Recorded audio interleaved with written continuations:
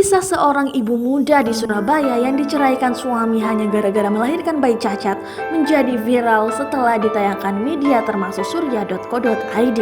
Pemerintah kota Surabaya di bawah wali kota Tri Risma hari ini akhirnya turun tangan untuk memberikan bantuan pada Dina Oktavia 21 tahun dan bayinya yang mengidap penyakit hidrosefalus. Pemerintah kota Surabaya pun telah melakukan outreach ke rumah petak Dina Oktavia di kawasan Jojoran STAL L5B, Kelurahan Airlangga, Kecamatan Guben, Surabaya, Senin 2 Desember 2019.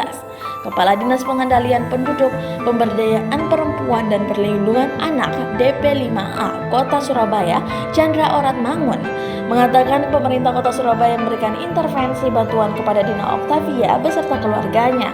Dari awal berupa bantuan BPJS PBI atau penerima bantuan iuran.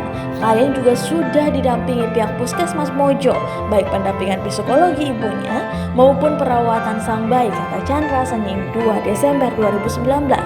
Belum lama ini Pandu menjalani operasi pipisan di bagian kepala, kata Chandra. Pandu di cover menggunakan biaya dari BPJS PBI.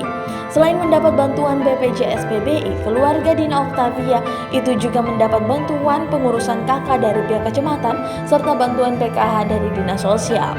Terungkap penderitaan Dina Oktavia setelah ditinggalkan suami gara-gara sang suami malu punya anak tak normal. Ya, Dina Oktavia tak menyangka kehadiran buah hati hasil pernikahannya dengan sang suami menyebabkan keretakan rumah tangganya. Setidaknya hal itu yang diungkapkan Dina Oktavia, ibu dari Muhammad Pandu Firmansyah yang saat ini berusia 5 bulan. Suami saya sudah 1 bulan ini pergi, katanya malu punya anak tidak sempurna, ungkap Dina yang bercerita sambil berkaca-kaca. Sang anak yang bernama Pandu itu memang mengidap penyakit tak biasa. Sesuai diagnosa dokter, Pandu mengidap hidrosefalus. Sang anak pun juga mengalami kerusakan pada bagian wajahnya, khususnya di bagian bibir, hidung, dan kedua matanya. Dina bercerita, sang suami merasa malu memiliki anak yang terlahir tidak sempurna itu.